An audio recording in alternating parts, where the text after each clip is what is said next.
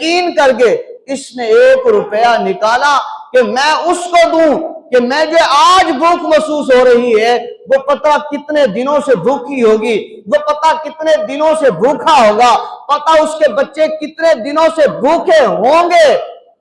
तो फरमाया ये 1 रुपया या 1 दाना या 1 लुकमा या 1 घूंट इसका वो लेकर उसकी तरफ जाना, तो फरमाया ये 1 नेकी नहीं बल्कि अल्लाह इसे 700 नेकियां अता फरमा दे।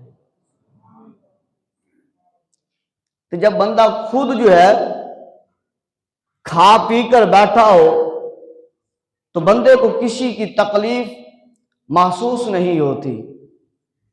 बंदे के पास माल है, माल दिया किसने है? उस खुदा ने दिया है। रिस्क दिया किसने है? उस खुदा ने दिया है।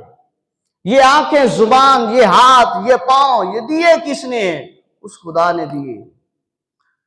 ये बड़े बड़े बादशाह जिसके कुरान ने जिनके वाकयात को बयान किया है ताकि उम्मत मुहम्मदिया इनको पढ़कर इबरत हासिल करे, जिन्होंने उनके ऊपर उस माल और दौलत के ऊपर इतराए हैं, अल्लाह ताला ने उन्हें जमीन में गर्क कर दिया है। यह माल किसी की प्रॉपर्टी नहीं है हमेशगी के लिए कि बंदा जाएगा इसे कब्र में साथ ले जाएगा, नहीं। बंदा जाएगा हशर में इसे साथ ले जाएगा, नहीं।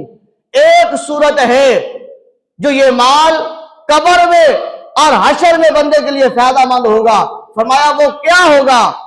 छुपा छुपा कर रखने से नहीं, दिखा दिखा कर चलने से नहीं, लोगों के सामने बड़ी बड़ी जो है वो बिल्डिंगें, कारें, कोठियां, जगादें इसकी नुमाइश करने से नहीं, बल्कि फरमाया अल्लाह की राह में दे देने से यही जो है वो दुनिया में भी वो महफूज हो जाएगा, कब्र में भी और हशर के दिन भी इसके सामान में वो महफूज कर दिया जाएगा। फरमाया ये कब होता है? ये तब होता है, ये उस वक्त होता है जब बंदे से कोई नेमत, बंदे को जब वो कोई कमी पेश आती है फिर दर्द होता है। रोजे क्यों फर्ज किए गए? ताकि तुम्हें पाक किया जाए, ताकि तुम मुत्तकी परहेजगार बनो। कैसे बनोगे? फरमाया जब भूख लगेगी तो भूखा याद आएगा, भूखी की याद आएगी, फरमाने खुदा, फरमाने मुस्तफा वो जहन में आएगा और फौरन तुम निकलोगे कि आज मुझे भूख लगी है। आज तुम उसको भूखे को खाना खिलाने के लिए निकलोगे तो इसके लिए अल्लाह नेकियां अता फरमाएगा। जब बंदे को अल्लाह नेकियां अता फरमाएगा, बंदे के नाम अमाल में नेकियां पहुंचेंगी तो ये बंदा